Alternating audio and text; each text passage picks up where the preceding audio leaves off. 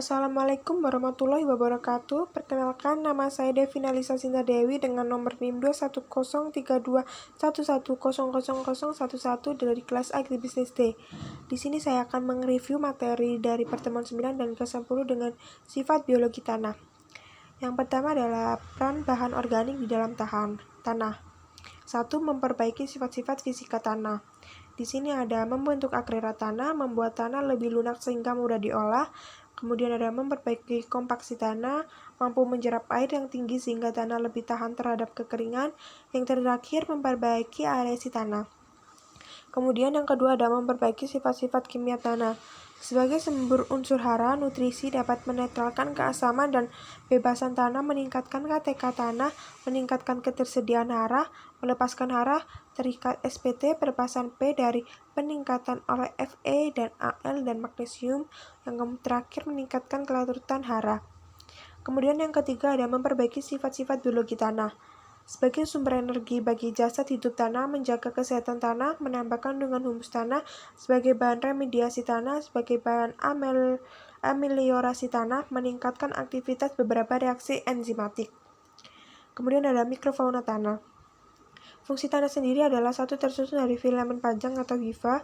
Hifa tunggal memanjang dan terkadang berkelompok membentuk meliserium terlihat seperti akar. Dinding sel fungsi tersusun dari kitin dan glukan. Reproduksi seksual spora dari fungsi 2 nukleus. Reproduksi aseksual spora tidak dari fungsi 2 nukleus, yakni dari mengkoloni substrat segar. Yang terakhir, pada kondisi stadium tertentu, miselium menghasilkan spora, bercabang dan menghasilkan hifa baru. Bakteri tanah ada ribosom. Partikel kecil tersusun dari protein granul dan rRNA berperan dalam sintesa protein. Kemudian ada DNA plasmid terdiri dari DNA kromosom berbentuk sirkular dan DNA kromosom eukariot berbentuk linear. Nukleus sel bakteri tidak diselimuti nukleus. Membran sitoplasma jaringan yang dikelilingi lapisan tipis peptigodilikan dan membran luar. Bagian membrani sitoplasma bersifat hidrofobik dan permukaan luar hidrofilik, memiliki peran transport elektron. Ada flagel berperan dalam pergerakan bakteri, kapsul berperan dalam menjebak nutrisi, ketahan desikasi, dan mencegah infeksi organisme lain. 5 kelas fungsi. Yang pertama ada omesetas, zigomesetas, asomesetas, deotosometas, basidiomesetas. Kemudian ada actinomesetas.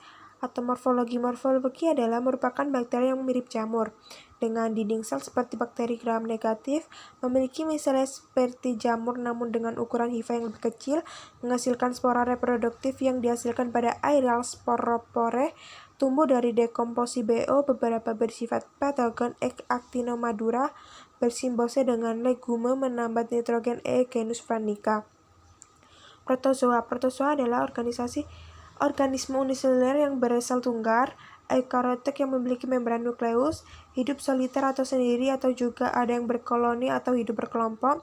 Protozoa pada umumnya tidak mempunyai kemampuan untuk membuat makanan sendiri, biasa juga disebut dengan heterotrof. Protozoa ada yang hidup bebas seperti atau parasit. Protozoa mampu membentuk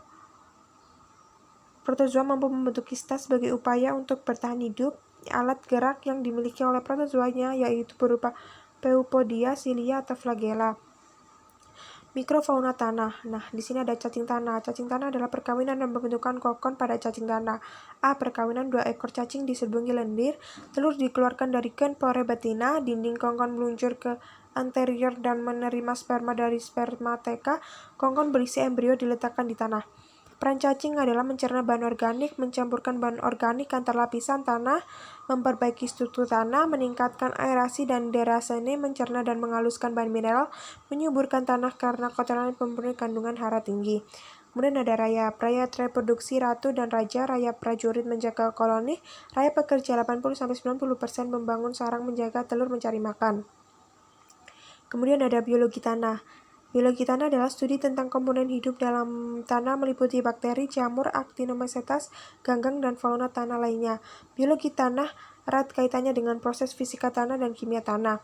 Aktivitas organisme tanah dipengaruhi oleh 1. Iklim, curah hujan, suhu, kelembapan, dan lain-lain. Kemudian tanah, pH, poritas, kelembapan, toksitas. Kemudian yang terakhir ada vegetasi, hutan padang, rumput, dan lain-lain. Sekian dari presentasi saya yang biasa saya sampaikan. Mereview pertemuan 9 dan ke-10. Mohon maaf.